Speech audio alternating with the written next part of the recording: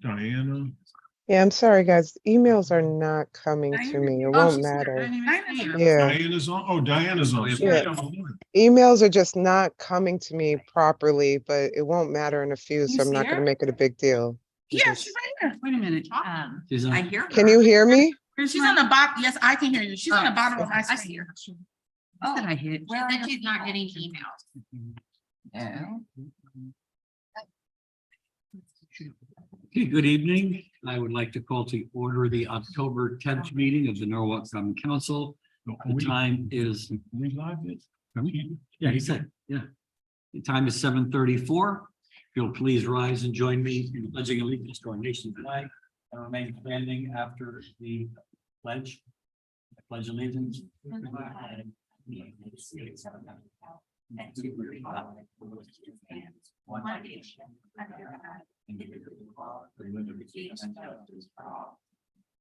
And please remain standing. Last evening, as many of you know, there was a service for the victims of the terrorist attack on Israel. There were approximately 1,000 people there. Several of us attended, including the governor, Senator Duff, Senator Blumenthal, Councilman Goldstein, Dominique Johnson, and several other council people, plus clergy from all over the area, Protestant, Jewish, Catholic, to show our support. And it was a very solemn ceremony, and it asked for a moment of silence in praying for peace for the Middle East.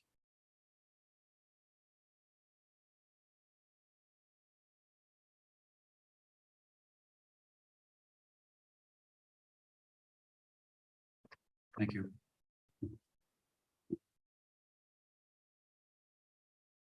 Hey, clerk, if you'll please call the roll. Mr. Burnett, Present. Mr. Camacho, Mr. Goldstein, Here. Ms. Najolski Egner, Present. Ms. Smith, Here. Ms. Ayers, Present. Mr. Hooverman, Ms. Revolus, Here, Ms. Young, Here. Mr. Kites, Ms. McMurr, Present. Ms. Alterman, Mr. Meek, Here. Ms. Shanahan, Here. Mr. Freyer. Here. We have 11 here. 11, we have a quorum. First item on the agenda is acceptance of the minutes of the regular meeting of September 26, 2023. Do I have a motion? Mr. Burnett moves. Are there any corrections, deletions, or omissions? Mr. Burnett. Yes, thank you, Mr. Mayor. On page 9, in the 4th paragraph, the term DEA should be replaced with the term DEI. Any other corrections, deletions, or omissions? Seeing none, all in favor of the minutes as corrected? Opposed? Abstentions? Ms. McMurr abstains. Next item on the agenda is public participation. Do we have anybody that we have? Mr. Reverend Clark is in the office, in the audience. And I don't know if there's anybody online that wishes to address the council.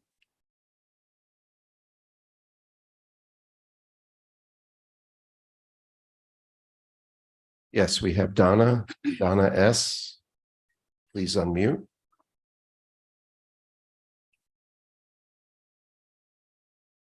Ms. Smirniotopoulos, you have the floor.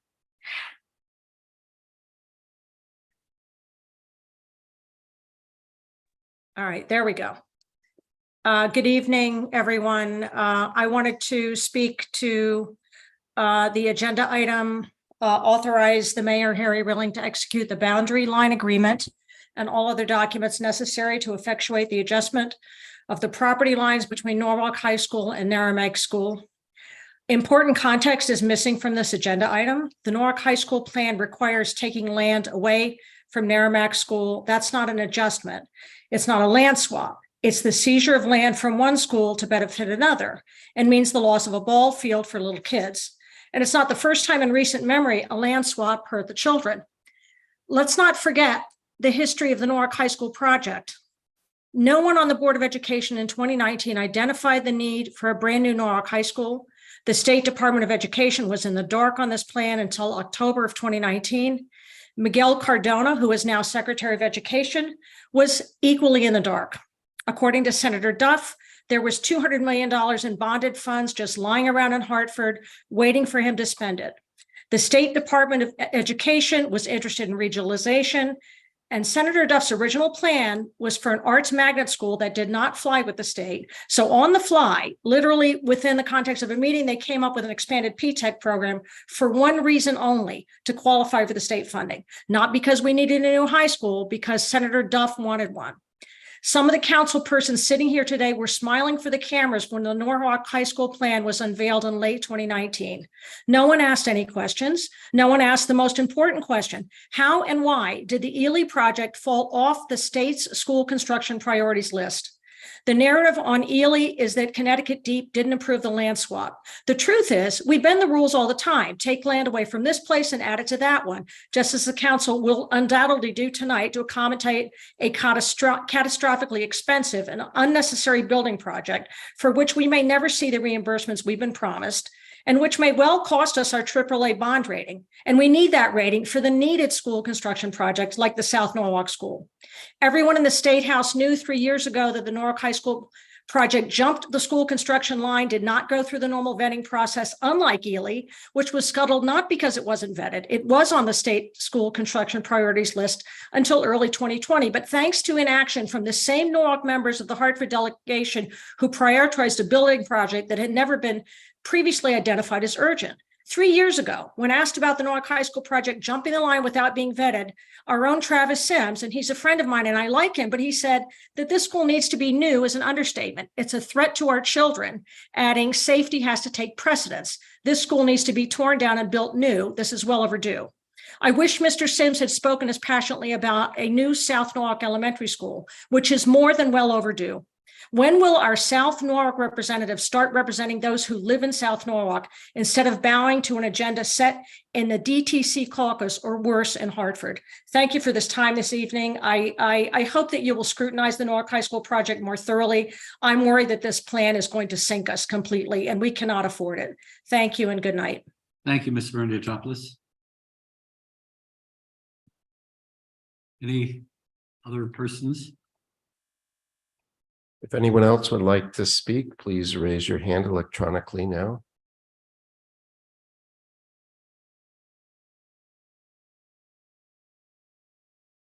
Okay, that will close public participation. We have now resignations and appointments. There are no resignations. We have 2 reappointments. We should do them separately because we have one of them here.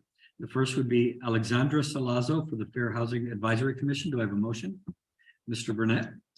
Thank you, Mr. Mayor. I'd like to move the reappointment of the Fair Housing Advisory Commissioner, Alexandria Salazzo. She is currently serving on the Advisory Board Commission and has served for a period of time and has served the commission well in providing guidance and necessary information for the commission to function properly. Any further comments?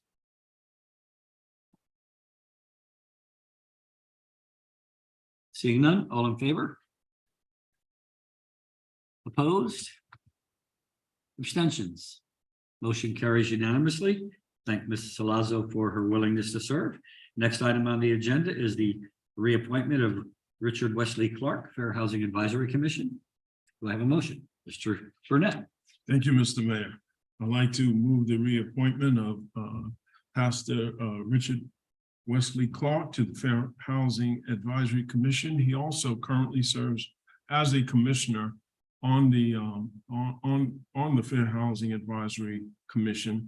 Was recently appointed this year, and now this is a reappointment that will extend out for until 2026. His inspiration, his commitment, his passion to helping people is without reproach. It's outstanding. And to have him part of a commission that addresses fairness as it relates to fair housing is so appropriate. So we are honored and privileged to have him serve as a commissioner on this particular commission. Any further comment? Ms. Ayers. Thank you, Mr. Mayor. I also want to echo the words of my colleague and first say thank you to Dr. Clark for his current service on the Fair Housing Advisory. But I also want to bring light to the community and my colleagues that Dr. Clark is an advocate for all people. He comes from a background where suffering and suffrage is not anything that he is new to. He has a story, and we would say in church, a testimony of triumph, one of collaboration, one of steadfast dedication, and one to uplift the voices of those who sometimes are overlooked. I think it's also important to understand that since Dr. Clark has been a part of our community, he has been a force in our community, leading the IMF for several years, and their dedication and their steadfastness of elevating and worshiping God in the city of Norwalk. Many of our residents face uncertainty in housing, and it is people and citizens like Dr. Clark that allow those without voices to be heard, that can take the time to evaluate and examine the testimonies of people in their most sometimes the most dire position and hear what they have to say about the current situation. I would like to thank Dr. Clark for accepting the opportunity to continue to serve the community in the city that he also loves as the commissioner on the Fair Housing Advisory Board. Thank you, Mr. Mayor. Thank you, Ms. Ayers. Any further comment? Ms. Smith, and then Ms. Young. Thank you, Mayor. Reverend Clark, thank you so much for your willingness to serve. It's an honor to know you. You have your commitment to and advocacy for all of our community is just extraordinary. Again, I'm honored to know you and thank you for your service. I can't say any more than it's already been said. Ms. Young. So I really can't say any more than that. And all I can really say is ditto to everything that my colleagues have said about you, Reverend Clark. I just count it a blessing and an honor to have sat with you on the MLK committee and in other areas. We've been around the table together, and I just so appreciate who you are and what you bring to the table. And so, as I've said time and time again, it's not easy to serve. Folks aren't stepping up every day to do this sort of thing. And when they do, we appreciate that. And we know that it's from the heart, because this is not easy work. And dealing with folks who are dealing with security issues with housing is real. And that's a very stressful thing. And it happens in this city. It happens everywhere across the country. And I'm very pleased that we have a Fair Rent and Human Relations Commission to address that issue for Norwalk residents. And I'm glad you are sitting at that table along with the other commissioners. So kudos to you again. And I guess we'll see you the next time around. So thank you. Thank you. Any further comment? After all that, I can only add a couple of things. Dr. Clark, not only are you a special person, but you're a good friend. The passion you bring to helping the people of Norwalk. Sometimes when you meet somebody for the first time, you immediately recognize them as a special person. And that's how I felt about Dr. Clark. He's just a wonderful guy. And I really appreciate the fact that you bring such spiritual guidance to the city of Norwalk. So thank you. Now, having said that, I think we're probably getting ready to vote, so unless anybody else has a comment. Okay, so all in favor of the appointment? Opposed? I didn't think so. Abstentions? I didn't think so. Unanimously approved. Thank you. And thank you for your willingness to serve. Would you like to say any words?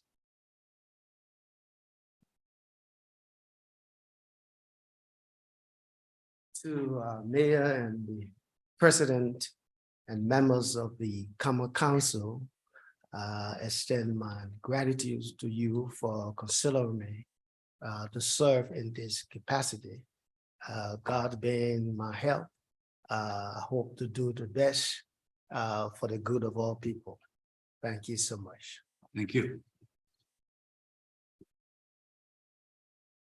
Okay, we now have the mayor's remarks. I made my remarks right after the pledge of allegiance to the flag. I think that really, anything else I could say tonight would pale by comparison. So let's just keep let's keep the people of Israel in our hearts and prayers. Thank you. Mr. Burnett. Thank you, Mr. Mayor. Moving to the consent calendar. Councilmember Josh Goldstein will be reading the consent calendar for today, October 10th, 2023. Okay. All right, let's begin. Section 6A1, authorization to settle claim, Dana Hollingsworth versus Jane Surin in the city of Norwalk. 7A1, authorize the mayor, Harry W. Rilling, to execute a funding agreement and any other documents necessary to receive the $400,000 of funds from the 3rd taxing district to be used to make improvements to the leased property at 56 Van Zandt Street necessary to accommodate new fire apparatus. 7A2, authorize the mayor, Harry W. Rilling, to execute any and all documents and agreements necessary to accept grant funding under the Office of Justice 2023 BJA FY 23 Connect and Protect Law Enforcement Behavioral Health Response Program. 7A3, authorize the police chief, James Walsh, to execute any and all documents and agreements as may be necessary to implement the Office of Justice 2023 BJA FY 23 Connect and Protect Law Enforcement Behavioral Health Response Program. 7B1, authorize the mayor, Harry W. Rilling, to execute any and all agreements and other documents necessary to enter into a data sharing confidentiality agreement with the 1st taxing districts, the FTD, whereby the FTD will provide the WPCA supply water consumption data of the individual customers of the FTD, including total metered gallons, service address, owner's name, account number, and account type. 7B2, authorize the mayor, Harry W. Rilling, to enter into a right of entry and access license with Condot for the temporary installation, maintenance, and operation of a variable messaging sign for marine users at various locations in connection with the Walk Bridge replacement project. 7B3, authorize the purchasing agent to authorize a sole source purchase order to Cargill Salt for treated road salt for snow and ice control, pricing not to exceed $105 per ton for normal and after-hour deliveries effective for the 2023-2024 snow season, if it's a 2023-2024 snow season, account number noted. 7B5, authorize the mayor, Harry W. Rilling, to execute an amendment to the March 22, 2023 agreement between the city of Norwalk and the Colonna Masonry Concrete and Asphalt Paving LLC for project RT 2023-1 curb and sidewalk for Spring Hill Avenue area for an amount not to exceed $200,000. Account numbers noted. 7B6, authorize the mayor, Harry W. Rilling, to execute a first amendment to the original November 22nd, 2022 agreement between the city of Norwalk and A. Vitti Excavators LLC for project BR 2022-1 parentheses site 1 and site 2 parentheses Bonnie Brook Road over Holy Ghost Fathers Brook site 1 and Cannon Street over Betts Pond Brook site 2 for a sum not to exceed $220,000. Account numbers noted. 7C, land use and building management. 1, authorize the technical correction of common council action on August 8th, 2023. 7D3, to include the missing costs for Ponus, Rowton, Rowayton, and West Rock schools for an amount of $148,897.25, in addition to the approved amount of $196,581 for a revised total of $345,478.25. The revised action shall be as follows, quote, authorize the purchasing agent to issue a purchase order to Integrated System Services LLC for the enhancement to school security access control improvements at Fox Run, Marvin, Merrimack, Nathan Hale, NACC, Ponus, Rowton, Rowayton, West Rock schools for a total not to exceed $345,478.25. Account numbers. 7C3A, authorize the mayor, Harry W. Rilling, to execute an agreement with Silktown Roofing Inc. for the partial roof replacement at Roosevelt Center for a total not to exceed $370,700. Account number noted. 3B, Authorize building management to execute change orders on contracts for a total not to exceed $37,070. Count numbers noted. 4, authorize the mayor, Harry W. Rilling, to execute a 3-year agreement with 1 2-year rental renewal option with Security Solutions Incorporated to provide security monitoring services for the Belton Main Library for a total not to exceed $990 per year, parentheses, annual increases no more than 3% per year. Funds are available from operating account number noted. 5A, authorize the mayor, Harry W. Rilling, to execute an agreement with ETT Environmental Services, Inc. for DPW Center Fuel Island Improvement Project for a total not to exceed $423,000, count numbers noted. And 5B, authorize the Office of Building Management to issue change orders on the contract for a total not to exceed $84,600, count numbers noted.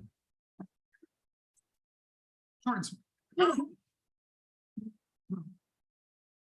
Thank you, Councilmember Goldstein. You've heard the reading of the consent calendar for today, October 10th, 2023. I'll call for the question. All those in favor of the consent calendar as read? All those opposed have the same right. Any abstentions? It's unanimous. Back to you, Mr. Mayor. Thank you, Mr. President. The next item is item 7B4, Ms. Smith. Thank you, Mayor. Technical correction of the Common Council action of November 8th, 2022, item 7C3, to authorize the mayor, Harry W. Rilling, to execute an agreement with Crown Castle International for the East Avenue Advanced Utility Project number 0301-0515 for an amount not to exceed $170,000, to authorize the mayor, Harry W. Rilling, to execute an agreement with Crown Castle International for the East Avenue Advancement Utility Project number 0301-0515 for an estimated amount of $195,965.10. Account numbers noted. I would like to move that item and say a few words about it, if I may. The item has been moved. Any comment? Yes, so this is part of the undergrounding of utilities along East Avenue as part of the Walk Bridge project. This is a $20 million project, which capital funds have already been approved. When this agreement was first executed last year, we were able to create an estimated value. But what has happened since is there have been numerous agreements with the utility companies with more precise pricing. And so that is why these separate agreements are calling for us to make this correction to the agreement. So basically, it's an increase of $25,000. Further comment or discussion? Looks like Mr. Meek. Mr. Meek. Yeah, thanks. I pulled this off consent just because I didn't know enough about it. And, you know, I understand we're forcing them to put their utilities underground, but, you know, this is a $40 billion company that's going to reap huge benefits off of having underground service for the customers. And it just seems a little silly to me why we're paying to make their business model better. That's all. Somebody can comment on that, but that's why I'm voting no. Ms. Valadares is actually with us tonight, so I don't think I can give you any more information, Mr. Meek, than we have.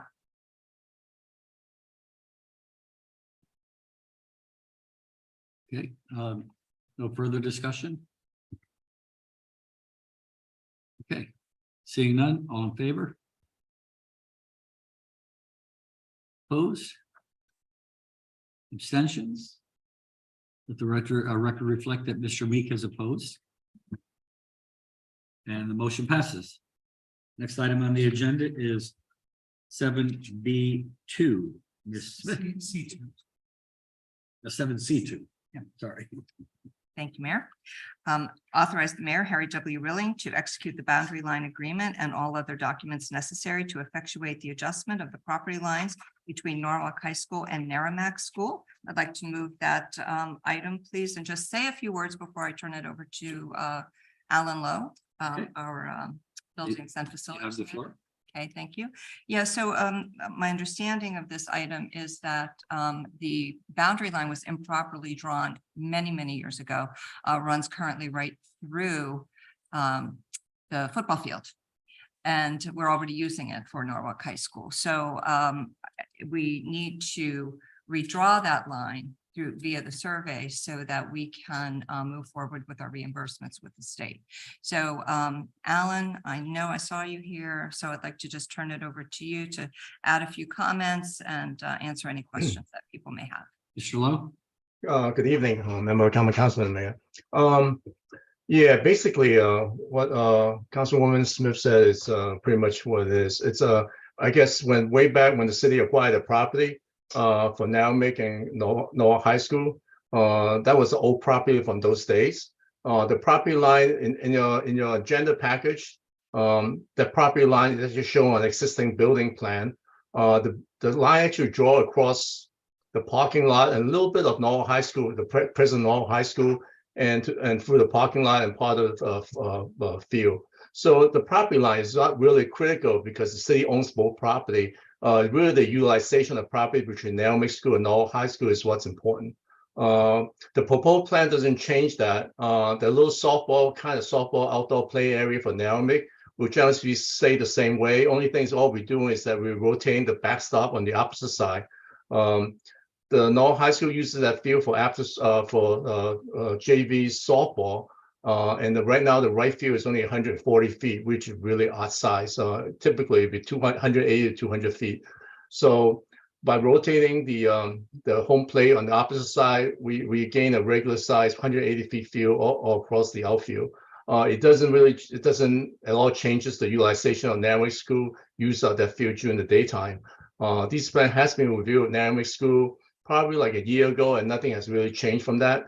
So it is a improvement facility. Again, just because the property line is shown different ways, doesn't it really come down to utilization by each school? That's what's more important. So that's all I have. Any questions? Ms. Ayers and then Ms. McMurray. Thank you, Mr. Allen. I know this, and I'm just want to say that I will be voting for this, but I know that this proposal is just to correct some paperwork that was misfiled or filed incorrectly many decades ago. My follow-up correction is with the correcting of the property line. Will we be penalized by the state if we don't do it other than when it comes to reimbursement? So if we just left everything as it is, what would be the consequence for that? It could be a major issue. The reason being is that currently the football field, it's actually on Narrow property line. So if we don't change it, the whole school will not be reimbursable. I mean, I'm thinking a little extreme kind of scenario here. The plan that we showed to put the building onto the existing football field, it's being very technical about it. It's still both property city owned, but it's been dedicated for I mean, it's shown as Narrow kind of property, but at the same time, is that the utilization is what's important in front of us. So yeah, it will affect reimbursement. Thank you.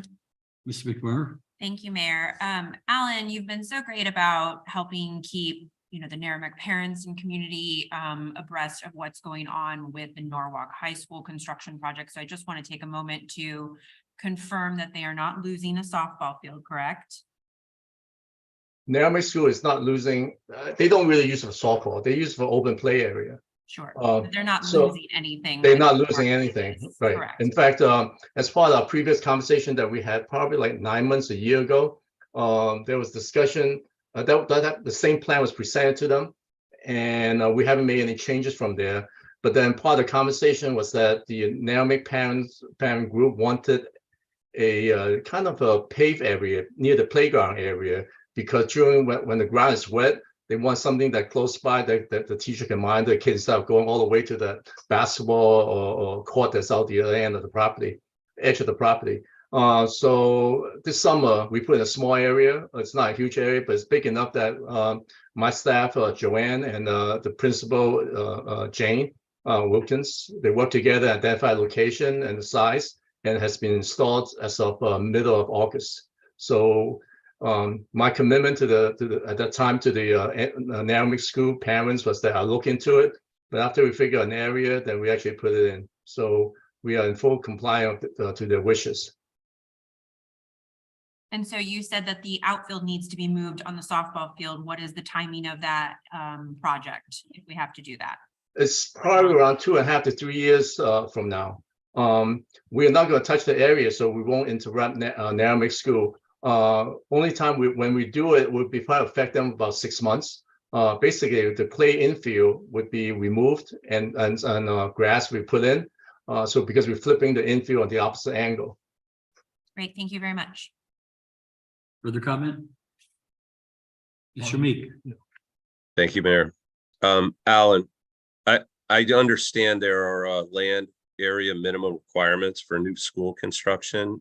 Is there anything, moving this property line, I calculate roughly reduces Narragansett footprint to about 7 or 8 acres when 10 are required for a new elementary school? Are we going to run into any other problems by curtailing their footprint? Thanks.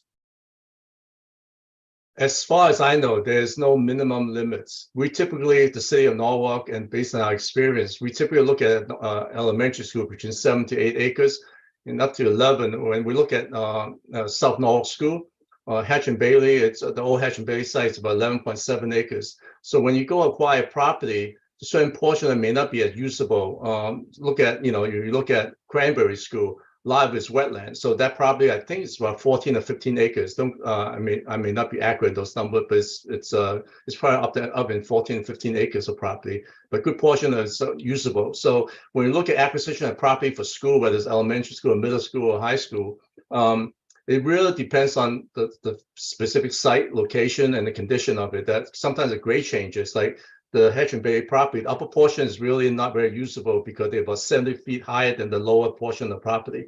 So all that we take into consideration. So there's no real minimum standard that I know of in the state. And we typically, again, when the last few years, when we talk about, the potential Ely site and this site, we always look at least 7 to 8 acres for elementary school. That's probably minimum. There's different in terms of uses between elementary and middle school. Elementary school needs an outdoor area. They don't necessarily need to have sports field. When we get to middle school needs a little more playing. Sports athletic becomes a little more important, and high school even more. So there's a gradual expansion more than the size of the building. It's the type of use they have, the needs for the different grades. That becomes more important. That's all I have. Are you all set, Ms. Shamik? Any further comment or discussion? Seeing none, all in favor? Opposed? Abstentions? Please note Mr. Shamik is opposed and no abstentions, so the motion carries. Now we have an item. I need a motion to add an item for under item 8X, suspension of rules. I need a motion to go up the Mr. Goldstein. Ms. McMurray, can you explain what is going to be added to the agenda so we can vote on that and then vote on the item? Thank you, Mayor. So because of timing, I'm asking that this item be moved to the agenda this evening. It is it's for public safety and general government, to clarify. It's number 1, authorize the mayor, Harry W. Rilling, to execute any and all documents and agreements necessary to apply for and accept grant funding under the State of Connecticut Department of Transportation 2024 Distracted Driving Enforcement Grant, and all of the documents that go along with that. So number 2 is authorize the police chief, James Walsh, to execute any and all documents and agreements as may be necessary to implement the State of Connecticut Department of Transportation 2024 Distracted Driving Enforcement. This is just to make sure that we have time allotted to accept this grant funding. So that's the item we want to add to the agenda. All in favor of adding that item? Opposed? Abstentions? Now, if you'll move the item, Ms. McMurray. Thank you, Mayor. I would like to move this item. Do you want me to reread it? Yes. I don't think you need to, but if you'd like to, you're Yes. more than I welcome. would suggest just reread it one more time. No problem at all. Thank you. One, authorize Mayor Harry W. Rilling to execute any and all documents and agreements necessary to apply for and accept grant funding under the State of Connecticut Department of Transportation 2024 Distracted Driving Enforcement Grant. And number two, authorize the police chief, James Walsh, to execute any and all documents and agreements as may be necessary to implement the State of Connecticut Department of Transportation 2024 Distracted Driving Enforcement Grant. I would like to move those items, Mayor, and just speak to them briefly. There's no matching funds to this grant. It's something that we do annually, and this is just a timing issue to make sure that we are granted those funds. Thank you. The item has been moved. Any further comment or discussion? Seeing none, all in favor? Opposed? Abstentions? Motion carries unanimously. Ms. Revelous, Motion to adjourn. all in favor? Opposed, abstentions? We are adjourned at 8:09 PM. Thank you all for your